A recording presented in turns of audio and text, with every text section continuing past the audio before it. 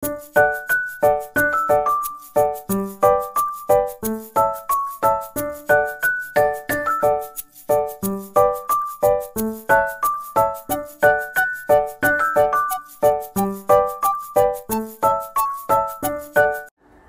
আলাইকুম everyone, welcome back to my video মান blog. কেমন আছেন সবাই? আশা করছি আল্লাহর রহমতে সবাই ভালো আছেন। আমরা আলহামদুলিল্লাহ ভালো আছি। চলে এসেছি নতুন একটা ব্লগ ভিডিও নিয়ে। আশা করছি ভিডিওটা আপনাদের ভালো লাগবে। আর আজকের ভিডিওটা আমি শুরু করেছি সন্ধ্যাবেলা থেকে। এখানে সন্ধ্যার নাস্তার জন্য আমি পরোটার কারি করে নিচ্ছি। আজকে আমি একটা ভিন্নধর্মী, আর আজকে আমি পরোটার ভেতরে মাংসও দিব, ঝুরা মাংস। আমি পেঁয়াজ কাঁচামরিচ দিয়ে একটু ভুনা করে নিয়েছিলাম। বাসায় কিছু মাংস ছিল, তো সেগুলোকে দিয়ে বানাচ্ছি। আর আজকে পরোটার কারিটা হবে একটু তেল তেলে।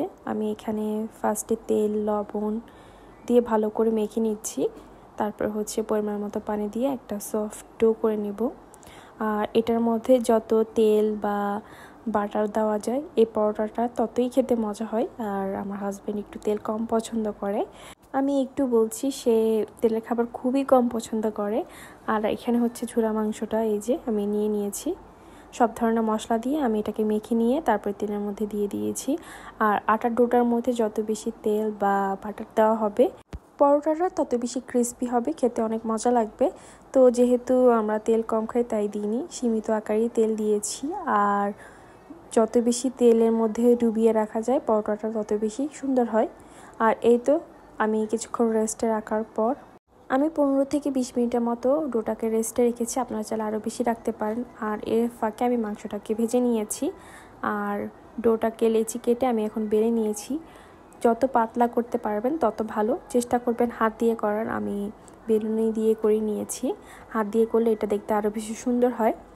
তো যত বেশি পাতলা হবে তত বেশি ক্রিস্পি হবে, পরোটাটা খেতে তত বেশি মজা হবে। তারপর আমি এক পাশে মাংস দিয়ে এটাকে ফোল্ড করে নিয়েছি। আপনারা আপনাদের পছন্দ অনুযায়ী ডিজাইন করে নিতে পারেন। রুটি পাতলা করে বেলার সময় যদি কোথাও ফেটে যায় বা ছিদ্র হয়ে যায় কোনো সমস্যা নেই, যখন আপনি ফোল্ড করবেন এটা ঢেকে যাবে। এই তো এখন আমি ওভেনে বেক করব। বেক করার আগে কিছুটা বাটার তেল লাগিয়ে নিয়েছি। আর এই যে আমার এটা হয়ে গিয়েছে। আর উপর থেকে আপনারা চাইলে কিছুটা বাটার ব্রাশ করে দিতে পারেন খাবারের আগে। আর এই তো দেখেন আমি তেল কম দিয়েছি, তারপরও অনেকটা ক্রিস্পি হয়েছে, মাশাআল্লাহ অনেক বেশি মজা হয়েছিল। ঝুরা মাংস দিয়ে যে কোনো নাস্তা আইটেমই অনেক মজা হয়। আর আমি বললামই তো আপনাদেরকে, যত বেশি তেল দিবে পরোটাটা ততই বেশি মজা হবে, তত বেশি খেতে ভালো লাগবে। আমার পরোটাটার এক পাশে একটু হিট কম লেগেছে, তো ওই পাশটা ক্রিস্পি হয়নি, তেল তেলে হয়ে আছে। তো আপনারা যখন দিবেন তখন চেক করে নেবেন। এই তো আপনাদের ভাইয়াকে দিয়ে এখন আমিও খেয়ে নিব। অনেক ভালো হয়েছিল খেতে, তো আপনারা বাসায় ট্রাই করতে পারেন। আর এখন এত বেশি গরম, নাস্তাও বানাতে ইচ্ছা করে না, আর ভিডিও তেমন একটা করা হয় না। চেষ্টা করি প্রতিদিন কিছু না কিছু রেকর্ড করার জন্য আপনাদের জন্য, কিন্তু হয়ে ওঠে না। রেকর্ড করলেও আমি এটা আপলোড করতে পারি না, ভয়েসের ব্যাপার থাকে, এডিটিংয়ের ব্যাপার থাকে। আর ছোটো বেবি নিয়ে আসলে দিন দিন আরও বেশি কষ্ট হয়ে যাচ্ছে ভিডিও তৈরি করা। আর আমার ভিডিওর কোনো অংশ যদি আপনাদের কাছে ভালো লেগে থাকে তাহলে অবশ্যই একটি লাইক দিয়ে দিবেন, আর চ্যানেলটি অবশ্যই সাবস্ক্রাইব করে দিবেন। আর এখন হচ্ছে চা খেয়ে নিচ্ছি। নাস্তা খাওয়ার পর চা তো মাস্ট। চা খেতে খেতে একটা কথা মনে পড়ে গেল, আমার অনেক প্রিয় আপুরাই আছে যারা আমার চায়ের প্রশংসা করে। এই আমি যদি আপনাদেরকে খাওয়াতে পারতাম তাহলে অনেক ভালো লাগতো। তো খাওয়া দাওয়া করার পর কিছু কাজ ছিল টুকটাক। ওই দিন কিছু পাস্তা আনা হয়েছিল, আমার আগের ভিডিও যারা দেখেছেন তারা হয়তো জানেন। তো সেগুলোকে এখন একসাথে করে মিলিয়ে রাখবো, তাহলে যখন রান্না করব তখন দেখতে সুন্দর লাগবে। এমনিতে একটা রান্না করলে দেখতে ভালো লাগে না, যদি মিলিয়ে রান্না করা যায় তাহলে সুন্দরই লাগে দেখতে। আমি একটা প্রথমে খুলেছিলাম, ওইটা থেকেই বারবার খাওয়া হয়েছে, তো সেটা শেষ, অল্প কিছুটা ছিল, তাই ভাবলাম তাড়াতাড়ি করে সবগুলো মিলিয়ে রাখি শেষ হওয়ার আগেই। আমাদের দেশের অবস্থা তো সবাই কম বেশি জানেন, সবাই দোয়া করবেন আমাদের দেশের জন্য। আসলে আমরা যারা প্রবাসে আছি দেশে নিজেদের আত্মীয় স্বজন নিয়ে অনেক বেশি চিন্তিত। কতদিন তাদেরকে দেখতে পাইনি, তাদের সাথে যোগাযোগ করতে পারিনি, খুবই খারাপ লেগেছে আমাদের। আবার অনেক জায়গায় এখনও ইন্টারনেট আসেনি। আর ফেসবুক ইউটিউবে গেলেই দেখা যাচ্ছে কিছু করুণ দৃশ্য, আসলে এগুলো দেখলে যে কারোরই চোখের পানি ধরে রাখা কষ্টকর। আর আমার অনেক প্রিয় আপুদেরকে আমি বলতে চাই, আপনারা যারা এই ধরনের দৃশ্যগুলো দিচ্ছেন বা এই ধরনের আন্দোলনের ভিডিওগুলো ছাড়ছেন তাদের চ্যানেলে প্রবলেম হতে পারে, কারণ আমি শুনেছি যে এগুলো ফুটেজ ব্যবহার করলে যাদের ব্লগ চ্যানেল তাদের সমস্যা হতে পারে। তাই এগুলো দেওয়া থেকে বিরত থাকবেন। আসলে কষ্টই লাগে, না বলেও উপায় নেই, না দেখেও বা না দিয়েও উপায় নেই, কী আর করার। আপনারা প্লিজ আমার কথা রাগ করবেন না। আপনারা বড় বড় চ্যানেলগুলোতে দেখেন ওরা প্রতিবাদ করেছে, আন্দোলন করেছে ঠিকই, কিন্তু ওদের ভিডিওতে কোনো ফুটেজ ব্যবহার করেনি। চ্যানেলে এটা প্রবলেম হতে পারে, তাই আপনাদেরকে বললাম। আর আজকে দুপুরে রান্না করা হয়েছিল লোট্টা মাছ আলু দিয়ে। তো মাছটা তো হালকা একটু ঝোল রাখা হয়েছিল, আর সাথে আমি বোম্বাই মরিচ নিয়ে নিলাম। আর আজকে রান্নাবান্নার ভিডিও শেয়ার করিনি, এত পরিমাণ গরম থাকে সকালে, তো আমি চেষ্টা করি রাতেরবেলা রান্নাটা করে ফেলার। আপনাদের লোট্টা মাছ কার কার পছন্দ অবশ্যই আমাকে কমেন্টে জানাবেন। আর ঘুরোঘুরি করে আসার পর কাজে মন লাগাতে একটু সময় লাগে, তো আমরা খাওয়া দাওয়া করে কিছুক্ষণ রেস্ট নিয়ে তারপরে রাতেরবেলা বের হয়েছি কিছু গ্রোসারি শপিং করার জন্য। আর এই যে আপনাদের সোফিয়া, আর যতবারই আমি ভিডিও করি ততবারই ওই ড্রেসই পরা থাকে। আমরা হাসছিলাম এটা নিয়ে যে যতবারই ভিডিও করা হয় এই ড্রেসের উপরে ভিডিও করা হয় ওর। ঘোরাঘুরি করে আসার পর বাসা অনেক ধরনের বাজারই ছিল না, সবজি বাজার, তো সেগুলো করার জন্য আমরা বাঙালি বাজারেও গিয়েছিলাম। তো সেখানে আর রেকর্ড করা হয়নি, অনেক মানুষ ছিল যেহেতু দিনটা শুক্রবার ছিল। আর আপনাদের ভাইয়া যেগুলো প্রয়োজনীয় এগুলো নিয়ে গিয়েছিল আমরা ঘুরে আসার পরই, আরও কিছু বাকি ছিল সেগুলোই আজকে নিতে আসলাম। তবে আমার কাজ হচ্ছে ভিডিও করা, তো আমি ভিডিও করছি, আবার সোফিয়াকে দেখছি।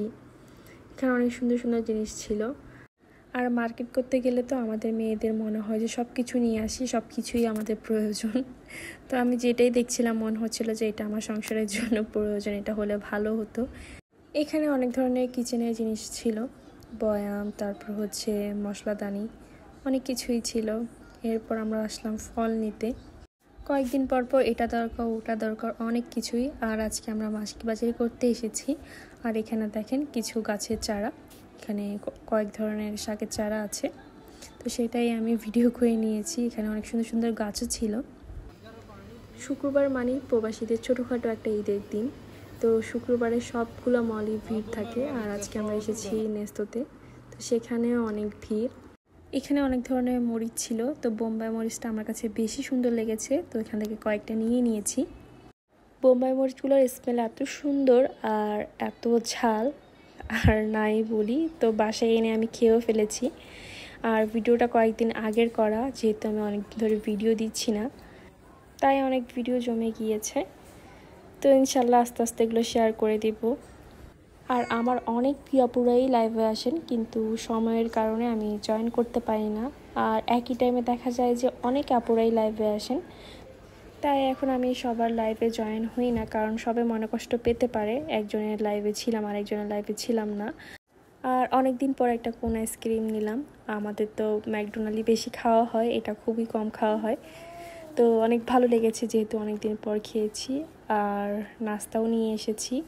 এখানে চিকেন কাবাব ছিল, খরবুজ ছিল, তারপরে ফ্রেঞ্চ ফ্রাই, তারপরে কিছু গাজর আর মূলা ছিল, আর মেয়োনিজ দেওয়া ছিল, ভালোই ছিল। আর একটা মিষ্টি নিয়ে এসেছিলাম। আমাদেরকে বলা হয়েছে এটা অন্যরকম বাসবুসা, কিন্তু এটা আসলে আমরা যে নর্মাল হালুয়া বানাই সুজির সেটা। বাসবুসা যারা খেয়েছেন তারা জানবেন এটা এত মজা হয়। আর এখানে হচ্ছে বাজারগুলো আমি আস্তে আস্তে বের করে নিচ্ছি, আর আমরা বাসায় আস্তে আস্তে অনেক রাত হয়ে গিয়েছে। আর এখানে সোফিয়ার জন্য 2 বক্স কোয়েল পাখি ডিম নিয়েছি, দেখি খাই কিনা ও। আর অনেকগুলো খুবুজ আনা হয়েছে।